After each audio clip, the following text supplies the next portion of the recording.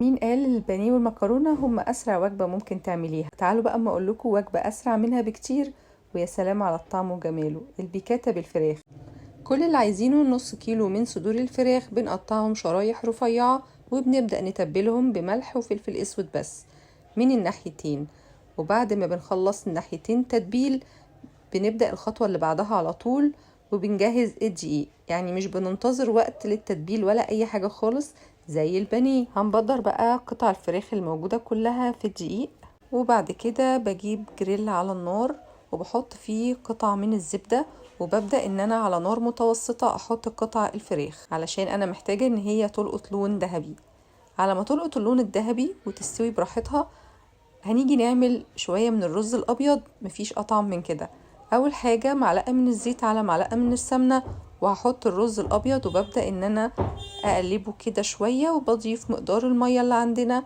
والتركاية بقى اللي جاية دي مهمة جدا. حطيت معلقة من البهارات البيضة اللي بتودي طعم الرز لحتة تانية خالص، وحطيت كمان مقدار الملح المناسب. كل كوباية من الرز عليها معلقة صغيرة من الملح. بعد ما غلي الرز ببدأ ان انا اهدي النار عليه وبنغطيه نسيبه يستوي.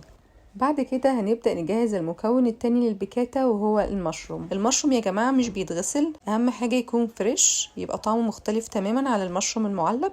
بجيب كده منديل وببدأ ان انا انضفه، وبعد كده ببدأ اقطعه لشرايح كده زي ما انتوا شايفين. المشروم يا جماعة ليه فوائد كتير جدا، منها ان هو بيقلل نسبة الكوليسترول في الدم، وبيقوي المناعة، وكمان بيعالج الانيميا. هنا الفراخ خلاص كانت خدت اللون الذهبي اللي احنا عايزينه التحفة ده. قلبتها بقى على الناحية التانية، وبعد ما خدت اللون الذهبي في الناحيتين بدأت ان انا اشيلها. بعد ما شلت قطع الفراخ ببدأ اجيب معلقة من الزبدة وبضيف ليها كمية المشروم اللي احنا قطعناها. بقلب المشروم وبنضيف كمان معلقة من الثوم المهروس جنبه، وبنفضل نقلبهم كده لحد ما المشروم يدبل كده معانا ويلقط هو كمان اللون الذهبي اللي انتوا شايفينه ده. كده خلاص المشروم استوى معانا. بجيب نص كوباية من مرقة الفراخ، اي شوربة متوفرة عندك، وبحط عليها مرقة دجاج وبنقلبها وبنضيفها للمشروم. بجيب كمان كوباية من اللبن اللي هو الحليب، وبضيف عليهم كمان كوباية من كريمة الطهي. ممكن نعوض بدلها بنص كوباية من القشطة على نص كوباية من اللبن الحليب. بضيف كمان معلقة من البهارات البيضة، وعلشان اتقل الصوص كده شوية جبت ربع كوباية من الشوربة مرقة الفراخ وحطيت عليها معلقة بالظبط دوبتها فيها من الدقيق. بيبدأ كده الصوص يغلي معانا، بضيف قطع الفراخ، ومجرد ما ياخد غلوة دقيقة واحدة بس وبطفي عليها، وبجيب بقدونس مقطع كده وبنضيفه من فوق الوش.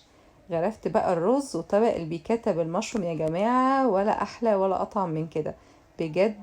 هتندموا لو ما جربتوهوش دلوقتي، ولو أول مرة تعملوه هتبقى أحلى وصفة جربتوها ليها.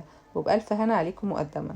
وحرفيا طعمها أحلى مليون مرة من اللي ممكن تاكلوها في أي مطعم.